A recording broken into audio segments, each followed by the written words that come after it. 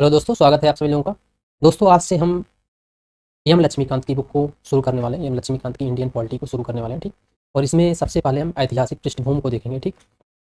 जो हमारी संवैधानिक ढांचा है उसमें मुख्यतः जो हमारे 11 टॉपिक्स आते हैं, जैसे ऐतिहासिक पृष्ठभूमि हो गई, संविधान का निर्माण और संविधान की प्रमुख विशेषताएं, संविधान का प्रस्तावना हो गया, ठीक। और संघ इसका क्षेत्र, नागरिकता, मूल अधिकार, राज्य के नीति निर्देशक तत्व, मूल कर्तव्य, ठीक। संविधान संशोधन, संविधान की मूल संरचना, ये सारी हमारी जो टॉपिक्स हैं वो हमारी संवैधानिक ढांचे में आती हैं, ठीक।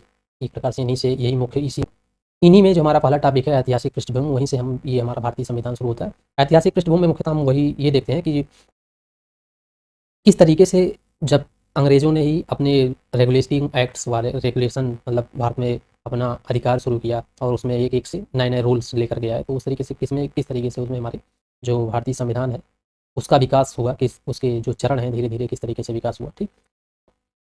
तो उसी के बारे में इस चैप्टर में बताया गया है, ठीक।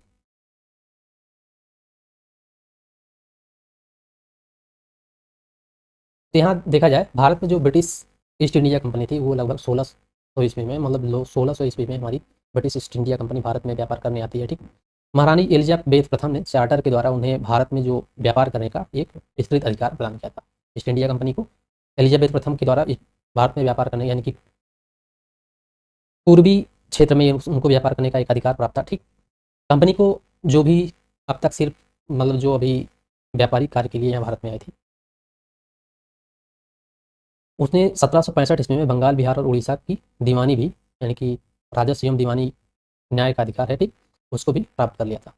जो 1600 ईस्वी में ईस्ट इंडिया कंपनी यहाँ पर व्यापार करने आई थी, लेकिन 1665 तक उसने क्या किया था, बंगाल, बिहार, उड़ीसा जैसे जो क्षेत्र हैं भारत के, वहाँ पर उन्होंने राजस्व और दीवानी, यानी कि दीवानी के अधिकार में राजस्व और दीवानी दोनों आती थी, दीवानी न्याय, तो इन दोनों का भी अधिकार इन्होंने प्राप्त कर लिया था।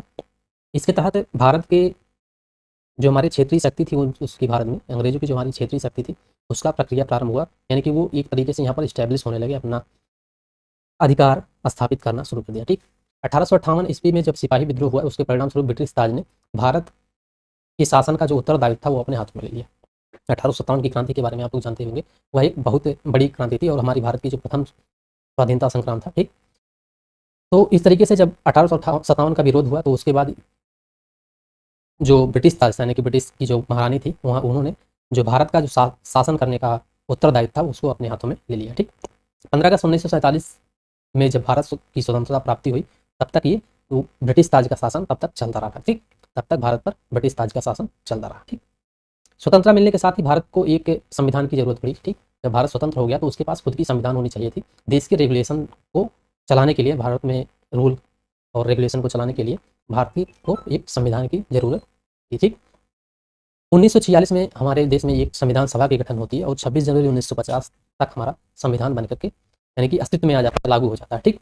यद्यप संविधान और राजव्यवस्था में अनेक विशेषताएं ब्रिटिश शासन से ग्रहण की गई है, ठीक। जो हमारी संविधान उसमें बहुत सारी चीज़ें हमारे जो ब्रिटिश शासन थे, जैसे हमारा 1935 का नियम हो गया, इन सब चीज़ों से हमारी बहुत सारी चीज़ें हूबहू उठा करके रखी गई हैं, कई चीज़ जिनके कारण ब्रिटिश शासित भारत में सरकार और प्रशासन की विधिक रूपरेखा निर्मित की गई। इन घटनाओं ने हमारे संविधान और राजतंत्र पर गहरा प्रभाव छोड़ा है। जो ब्रिटिश सरकार, ब्रिटिश शासन था, उसकी जो हमारी एक रूपरेखा हमारी भारतीय संविधान में भी दिखाई देती है, ठीक। भारतीय संविधान में उसकी एक प्रकार से देखा जाए तो कुछ बहुत सारे तत्व ऐसे हैं जो वहाँ से लिए गए हैं, ठीक। तो इस प्रकार से वो उसमें दिखाई पड़ते हैं, ठीक।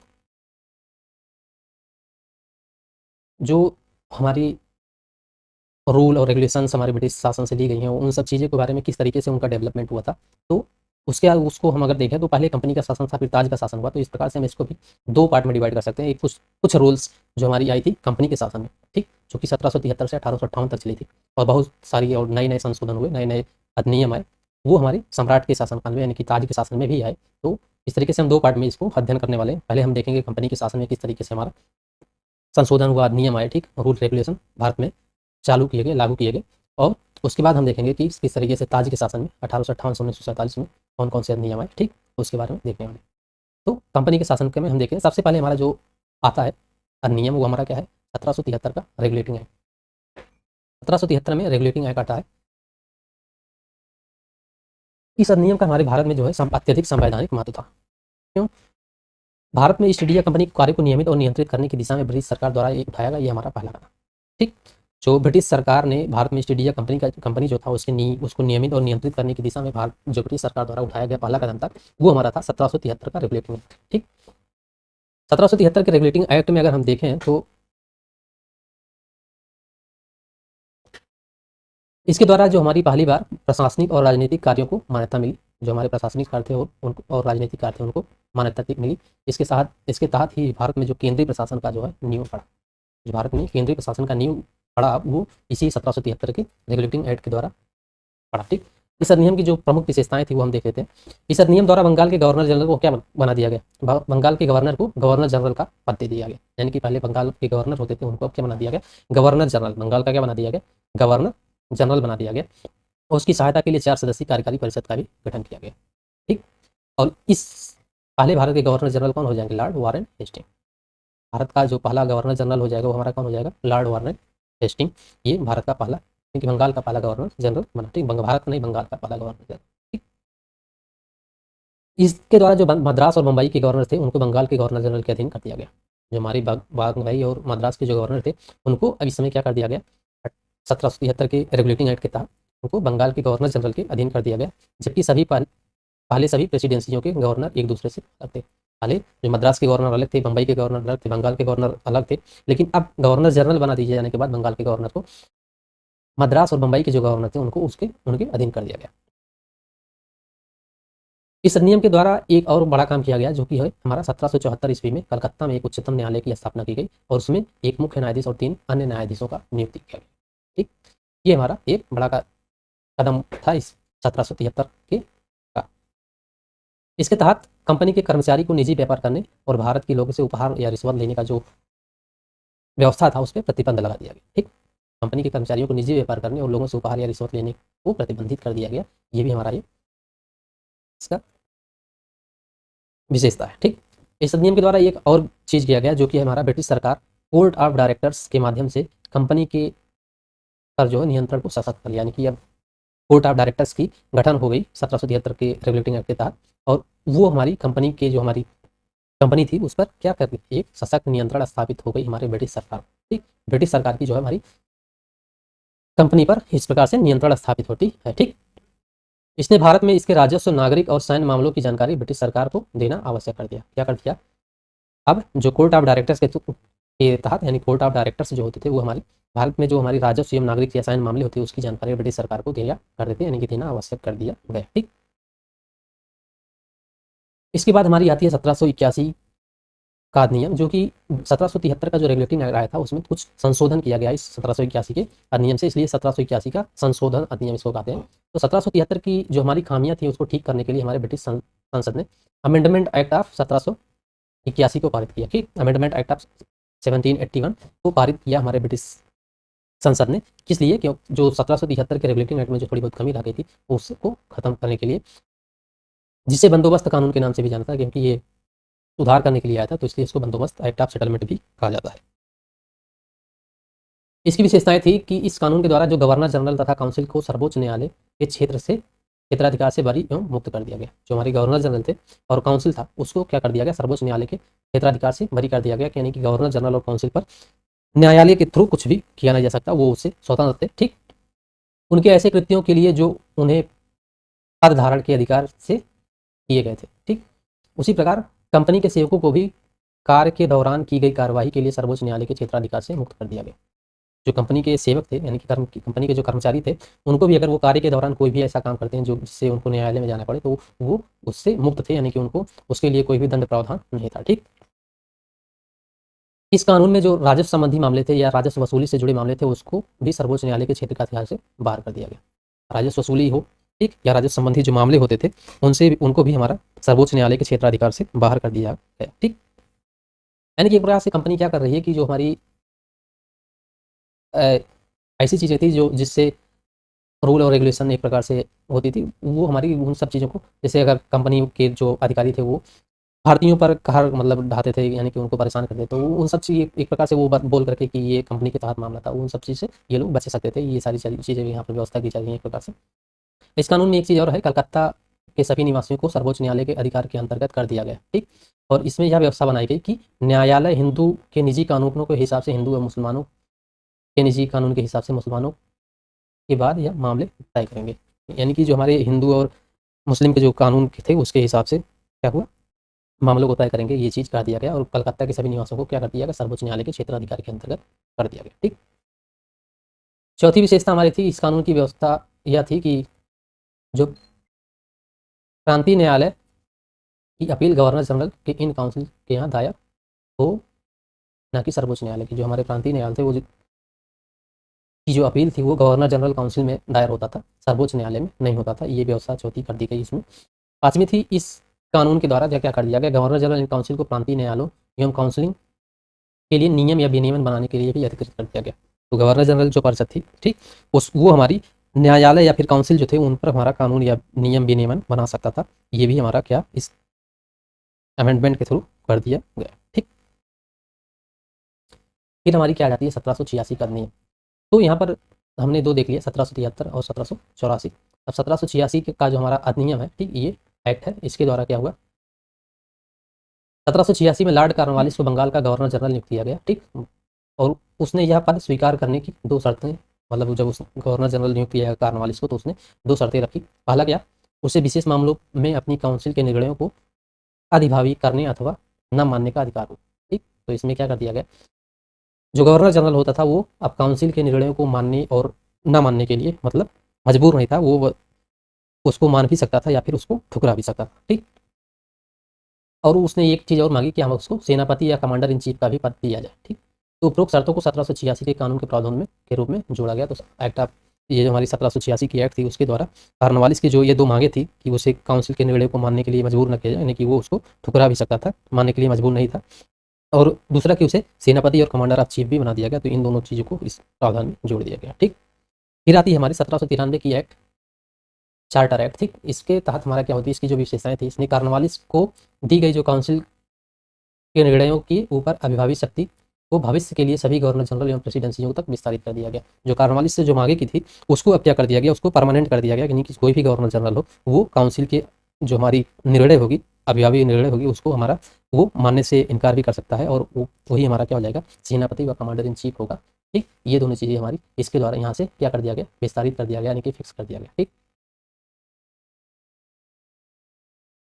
इसने क्या किया, गवर्नर जनरल के अधीनस्थ जो बॉम्बे और मद्रास की प्रेसिडेंसी है की सरकार, उसके ऊपर क्या कर दिया, अधिकार एवं नियंत्रण की शक्ति प्रदान कर दी। अब जो गवर्नर जनरल था वो हमारी बॉम्बे और मद्रास की जो प्रेसिडेंसियों की जो सरकार थी उसके ऊपर भी इनका अधिकार हो गया। ठीक, यानी कि उनको भी अब पूरी तरीके से गवर्नर जनरल के अंतर्गत कर दिया गया। ठीक, बंगाल और मद्रास प्रेसिडेंसी को भी उसी के अंतर्गत कर दिया गया।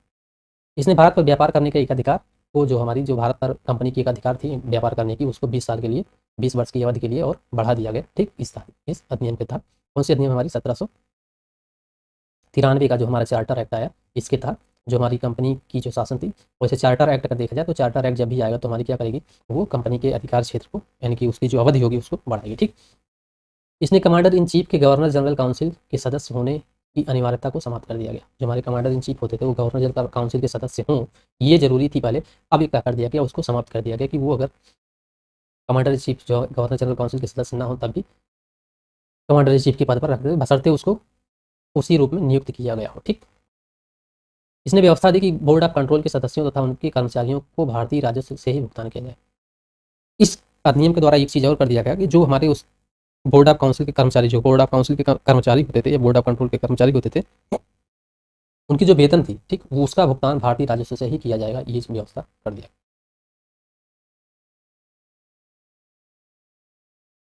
तो इस तरीके से देखा जाए कि अब अंग्रेज भारत में ही रह करके भारत के ही वेतन से भारत पर ही शासन कर रहे थे, और भारत के लोगों को ही नुकसान, भारत की जो हमारी व्यवस्था थी, यानी कि जो व्यापार था, जो औद्योगिक व्यवस्था थी, इन्हीं सभी चीज़ों को नुकसान कर रहे थे, यहाँ के लोगों को ही सता रहे थे। ठीक, एक प्रकार से, तो इस प्रकार से भारत से जो हमारी धन का जो दोहन था वो भी स्टार्ट हो गया।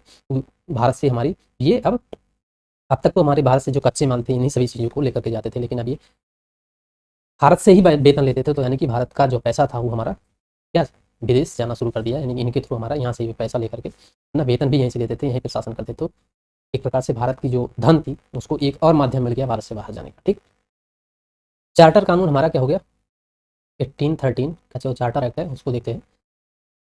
तो इसके तहत क्या कर दिया गया, इस कानून ने भारत में कंपनी के व्यापार के एक अधिकार को समाप्त कर दिया गया। जो कंपनी का भारत में व्यापार करने का एक अधिकार था, उसको क्या कर दिया गया, चार्टर एक्ट 1813 यानी कि 1813 से क्या कर दिया गया, समाप्त कर दिया गया। अब भारत में जो कंपनी का व्यापार था वो चाय और चीन के साथ जो व्यापार था उसके जो एक अधिकार थे, कंपनी की जो चाय और चीन के साथ व्यापार का एक अधिकार था उसको रहने दिया गया, बाकी जो उसके एक अधिकार थे भारत में व्यापार करने के लिए उसको समाप्त कर दिया गया। और क्या कर दिया गया, सभी ब्रिटिश व्यापारियों के लिए, यानी कि भारत में कोई भी ब्रिटिश व्यापारी जाकर के व्यापार कर सकता था। ठीक, इस कानून ने भारतीय कंपनी शासित क्षेत्रों पर ब्रिटेन के राजा की प्रभुता को प्रकट व स्थापित कर दिया। इस कानून ने अब क्या हो गया कि जो एकाधिकार था इस कंपनी का उसको समाप्त कर दिया गया, और उस तरीके से जो हमारे ब्रिटिश के जो हमारे राजा थे उनका जो प्रभुता था वो हमारी यहाँ पर स्पष्ट रूप से प्रकट हो गई, यानी कि स्थापित हो गई। ठीक, इस कानून ने ईसाई मिशनरियों को भारत में आकर यानी कि अब ईसाई मिशनरियाँ भारत में आकर के ईसाई धर्म की का प्रचार भी करने शुरू कर दी। ठीक, भारत के ब्रिटिश इलाकों में बंदिशों के बीच पश्चिमी शिक्षा का प्रचार प्रसार भी इसी के समय में स्टार्ट हो गया। ठीक, तो 1813 का जो चार्टर एक्ट था, इसी के थ्रू भारत में ईसाई मिशनरियाँ आने लगी और ब्रिटिश जो पाश्चात्य शिक्षा यानी कि पश्चिमी शिक्षा जो थी उसका भी प्रचार प्रसार यहाँ पर होना शुरू कर दिया गया। भारत की जो स्थानीय सरकार को व्यक्तियों पर कर लगाने का भी अधिकार के लिए भी अधिकृत कर दिया गया, कर भुगतान नहीं करने पर दंड की व्यवस्था कर दी गई, यानी कि अब जो ब्रिटिश थे वो भारत से कर भी वसूलना शुरू कर दिए। ठीक, भारत की जो सरकारी जो व्यक्ति थे उन पर भी कर लगाना शुरू कर दिया। ठीक, इसके बाद हमारी 1784 की पिट्स इंडिया एक्ट आती है। ठीक, जो हमारी रेगुलेटिंग एक्ट 1773 की जो कुछ कमियां रह गई थी उसको दूर करने के लिए ब्रिटिश संसद ने एक संशोधन अधिनियम 1781 में पारित किया था। ठीक, जिसे एक्ट ऑफ सेटलमेंट के नाम से जाना जाता था। इसको हमने देखा, एक्ट ऑफ सेटलमेंट में क्या क्या प्रावधान थी उसको भी हमने देखा। ठीक, इसके बाद एक अन्य महत्वपूर्ण अधिनियम पिट्स इंडिया एक्ट 1784 भी अस्तित्व में आया था, और ये भी इसी के लिए था कि उसकी जो कमियां थी उसको थोड़ा बहुत दूर किया जाए। ठीक, इस अधिनियम की विशेषता इस प्रकार थी कि इसने कंपनी की जो राजनीतिक और वाणिज्यिक कार्यों को पृथक कर दिया गया। अब तक क्या था कि जो राजनीतिक और वाणिज्यिक कार्य थी वो दोनों ही कंपनी देख रही थी, लेकिन अब क्या कर दिया गया, उसको अलग अलग कर दिया गया। इसने एक निदेशक मंडल की नियुक्ति की, और वो हमारी क्या करती थी, भारत में जो व्यापारिक कंपनी के जो व्यापारिक मामले थे उसकी अधीक्षण की अनुमति थी, और वो हमारी क्या कर रही थी, निदेशक मंडल क्या करती थी, व्यापारिक मामलों की देखभाल करती थी। और जो राजनीतिक मामले थे उसकी प्रबंधन के लिए, उसको चलाने के लिए हमारे नियंत्रण बोर्ड यानी कि बोर्ड ऑफ कंट्रोल नाम से एक नए निकाय का गठन किया गया। ठीक, तो इस तरीके से भारत में क्या हुआ, जो राजनीतिक यानी कि जो व्यापारिक मामले थे उसको हमारी क्या देख रही थी, निदेशक मंडल देख रही थी, और जो हमारे राजनीतिक मामले थे उसको बोर्ड ऑफ कंट्रोल के द्वारा देखा जा रहा था। इस तरीके से भारत में द्वैध शासन का स्थापना, यानी कि दो लोग मिलकर के शासन कर रहे थे, तो इस प्रकार से द्वैध शासन की व्यवस्था हमारी क्या आ जाती है, भारत में द्वैध शासन का आरंभ इस एक्ट के द्वारा, पिट्स इंडिया एक्ट के द्वारा हमारा होता है 1784 में। ठीक, नियंत्रण बोर्ड को क्या शक्ति थी कि वह ब्रिटिश नियंत्रित भारत में सरकारी नागरिक सभी नागरिक यानी कि सभी नागरिकों या सैन्य, सरकार व राजस्व गतिविधियों पर अधीक्षण एवं नियंत्रण करे। वो क्या करती थी, सभी नागरिकों, सैन्य, सरकार व राजस्व की जो गतिविधियां होती थी इन सभी पर वह अधीक्षण करती थी। कौन, नियंत्रण बोर्ड यानी कि बोर्ड ऑफ कंट्रोल। ठीक, इस प्रकार यह दो कारणों से महत्वपूर्ण था। पहला क्या कि भारत में जो कंपनी के अधीन क्षेत्र को पहली बार ब्रिटिश आधिपत्य क्षेत्र कहा गया। ठीक, जो कंपनी के अधीन जो क्षेत्र था उसको अब ब्रिटिश आधिपत्य वाला क्षेत्र कहा गया पहली बार। ठीक, और दूसरा क्या था कि ब्रिटिश सरकार को भारत में कंपनी के कार्यों और प्रशासन पर पूरी तरीके से नियंत्रण प्रदान कर दिया गया। ठीक, अब हमारा क्या हो गया, निदेशक मंडल हो गया, बोर्ड ऑफ कंट्रोल हो गया, और दोनों ही हमारे ब्रिटिश गवर्नमेंट के इशारों पर चलने वाली थी। ठीक, तो इस तरीके से जो भारत पर जो हमारा कंपनी का क्षेत्र था उसको अब क्या कर दिया गया, ब्रिटिश आधिपत्य वाला क्षेत्र मान लिया गया, और जो कंपनी थी उस पर पूरी तरीके से ब्रिटिश सरकार का नियंत्रण स्थापित हो गया हमारी पिट्स इंडिया एक्ट के थ्रू। ठीक, फिर से 1837 में एक चार्टर अधिनियम आती है। ठीक, 1837 में हमारी एक फिर से चार्टर अधिनियम आती है जो क्या करती है, ब्रिटिश भारत के केंद्रीकरण की दिशा में एक निर्णायक अधिनियम थी हमारी 1833 की चार्टर अधिनियम। इस अधिनियम की जो विशेषताएं थी वो इस प्रकार है कि इसने क्या कर दिया, बंगाल का जो गवर्नर जनरल था वो भारत का गवर्नर जनरल बना दिया गया। जब भारत में ब्रिटिश आधिपत्य को मान लिया गया, ठीक है, जो कंपनी की अधिकार क्षेत्र है उसको ब्रिटिश आधिपत्य वाला क्षेत्र घोषित कर दिया गया, तो बंगाल का जो गवर्नर था उसको क्या बना दिया गया, भारत का गवर्नर जनरल बना दिया गया 1833 ईस्वी की अधिनियम के द्वारा। और हमारे लॉर्ड विलियम बेंटिक थे, जो विलियम बेंटिक थे, ये हमारा क्या हो गया, भारत का पहला गवर्नर जनरल हो गया। ठीक, भारत का पहला गवर्नर जनरल कौन हो गया, लॉर्ड विलियम बेंटिक, जिसमें सभी नागरिक और सैन्य शक्तियाँ नहीं थी। जो गवर्नर जनरल होता है उसी में हमारी सभी नागरिक और सैन्य शक्तियाँ जो थी वो भी गवर्नर जनरल में निहित थी। इस प्रकार इस अधिनियम ने पहली बार एक ऐसी सरकार का निर्माण कर दिया जो ब्रिटिश कब्जे वाले संपूर्ण भारतीय क्षेत्र पर नियंत्रण करता था। ठीक, तो भारत का जो गवर्नर जनरल था, जो ब्रिटिश क्षेत्र अधिकार वाले क्षेत्र थे, उस पर पूरी तरीके से जो हमारा नियंत्रण होता था, चाहे वो नागरिक हो या फिर सैन्य शक्तियाँ हो, सारी हमारी के सारे नियंत्रण किसके पास थे? हमारे भारत के गवर्नर जनरल। ठीक, तो बंगाल का गवर्नर जनरल को क्या कर दिया गया? भारत का गवर्नर जनरल कर दिया गया, और उसके अंतर्गत ही सारे हमारे ब्रिटिश अधिकारित क्षेत्र के सारे जो नागरिक या फिर सैन्य शक्तियाँ थी, वो उसे दे दिया गया। दूसरा क्या कह रहा है कि इसने जो मद्रास और बंबई के गवर्नरों और विधायिका संबंधी शक्तियाँ थी, उससे वंचित कर दिया गया। ठीक, मद्रास और बंबई के जो गवर्नर थे, उनको विधायिका संबंधी जो शक्ति थी उनकी, उससे वंचित कर दिया गया, उससे वो अधिकार उनसे छीन लिया गया, और ये सारी जो हमारी भारत के गवर्नर जनरल थे, उसको पूरी तरीके से भारत में विधायिका की असीमित अधिकार प्रदान कर दिया गया। यानी कि जो मद्रास बंबई के गवर्नर जनरल थे, उनकी विधायिका शक्ति समाप्त हो गई, और जो भारत का गवर्नर जनरल था, उसको पूरे भारत की जो हमारी विधायिका और संबंधी शक्तियाँ थी, वो प्रदान कर दिया गया। और इसके अंतर्गत पहले बनाए गए जो कानून या नियामक थे, उसको क्या कहा गया? कानून कहा गया। ठीक, और नए बनाए गए जो कानून थे, उनको क्या कहा गया? एक्ट या अधिनियम। ठीक, जो पहले बनाए गए कानून थे, उनको कानून कहा गया, लेकिन जो नए थे, उनको एक्ट या अधिनियम कहा जाने लगा। ठीक, अब इस समय जो एक्ट या अधिनियम हो गया। ठीक, ईस्ट इंडिया कंपनी की एक व्यापारिक निकाय के रूप में की जाने वाली गतिविधियों को समाप्त कर दिया गया। जो वो व्यापारिक निकाय के रूप में जो कार्य कर रही थी, उसको भी समाप्त कर दिया गया। अब विशुद्ध रूप में इसको एक प्रशासनिक निकाय बना दिया गया, यानी कि अब वो उसका काम क्या हो गया? भारत में शासन करना हो गया, न कि व्यापार करना। ठीक, ब्रिटिश जो ईस्ट इंडिया कंपनी थी, उसकी जो व्यापारिक गतिविधि थी, उसको समाप्त करके उसको भारत में शासन करने के लिए एक विशुद्ध प्रशासनिक निकाय बना दिया गया। ठीक, इसके तहत क्या कर दिया गया? कंपनी के अधिकार वाले क्षेत्र, यानी कि ब्रिटिश राजशाही और उसके उत्तराधिकारियों के विश्वास के तहत कब्जे में रह गए। ठीक, जो कंपनी के अधिकार वाले क्षेत्र थे, वो हमारी ब्रिटिश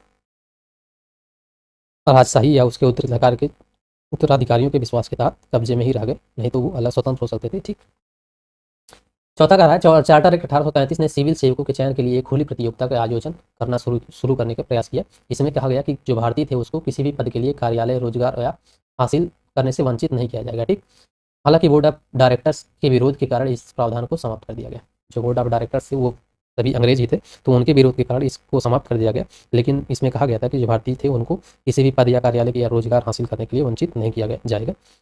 ठीक, तो ये इंपॉर्टेंट है कि ये जो 1837 का एक्ट था, इसी के तहत हमारे सिविल सेवका का चयन के लिए खुली प्रतियोगिता का प्रावधान कर दिया गया। यानी कि अब प्रतियोगिता, यानी कि कंपटीशन के माध्यम से ही सिविल सेवकों का चुनाव चयन होने शुरू कर दिया गया। ठीक,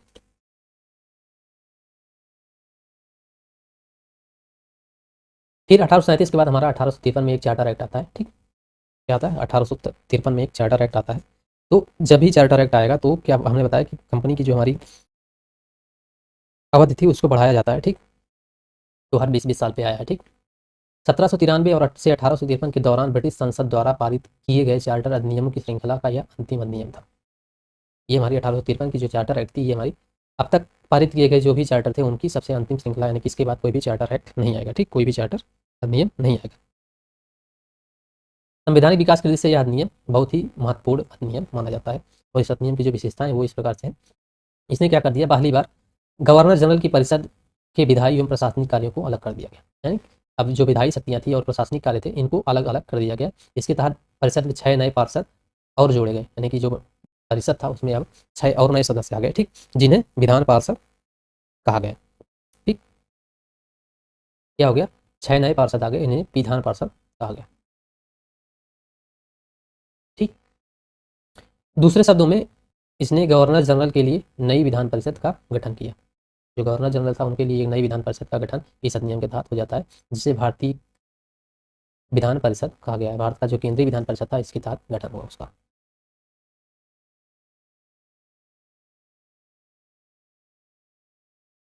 संसद की जो शाखा थी, वो छोटी संसद की तरह कार्य किया, और इसमें वही प्रक्रियाएं अपनाई गई जो ब्रिटिश संसद में अपनाई जाती थी। इस प्रकार विधायिका को पहली बार सरकार की विशेष कार्य के रूप में जाना गया, और जिसके लिए विशेष मिशनरियों की प्रक्रिया की जरूरत थी। ठीक, तो इस तरीके से ये हमारा हालत है।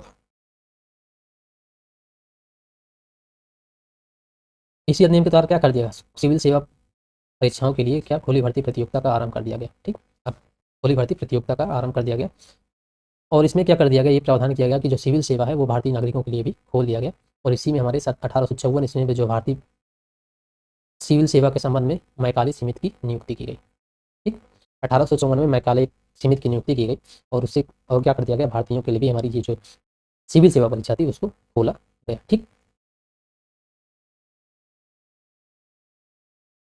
इसने कंपनी के शासन को विस्तारित किया और भारतीय क्षेत्र को इंग्लैंड के राजशाही के विश्वास के तहत कब्जे में रखने का अधिकार दिया। ठीक, लेकिन पूर्व अधिनियम के विपरीत इसमें किसी निश्चित समय का निर्धारण नहीं किया गया।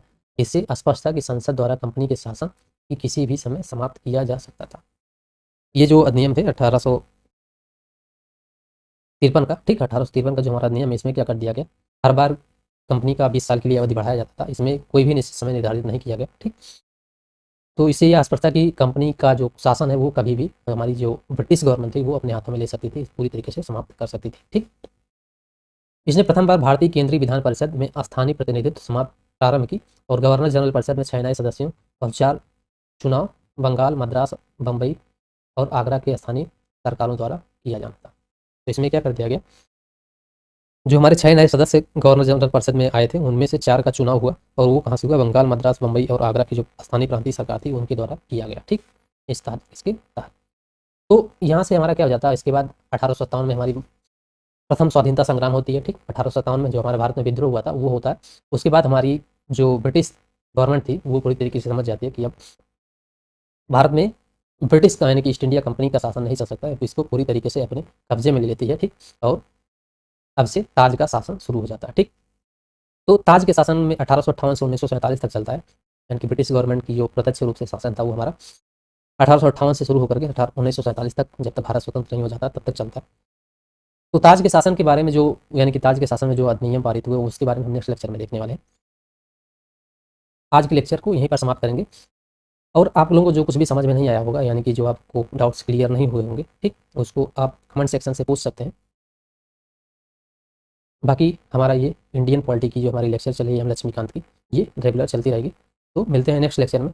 कोई भी दिक्कत, कोई भी डाउट हो तो आप पूछ सकते हैं। अगले लेक्चर में हमारी इसको जो भी डाउट्स होंगे आपके उसको बताया जाएगा। ठीक, उसको समझा दिया जाएगा, उसको क्लियर कर दिया जाएगा। ठीक, चलिए मिलते हैं नेक्स्ट लेक्चर में, तब तक के लिए धन्यवाद।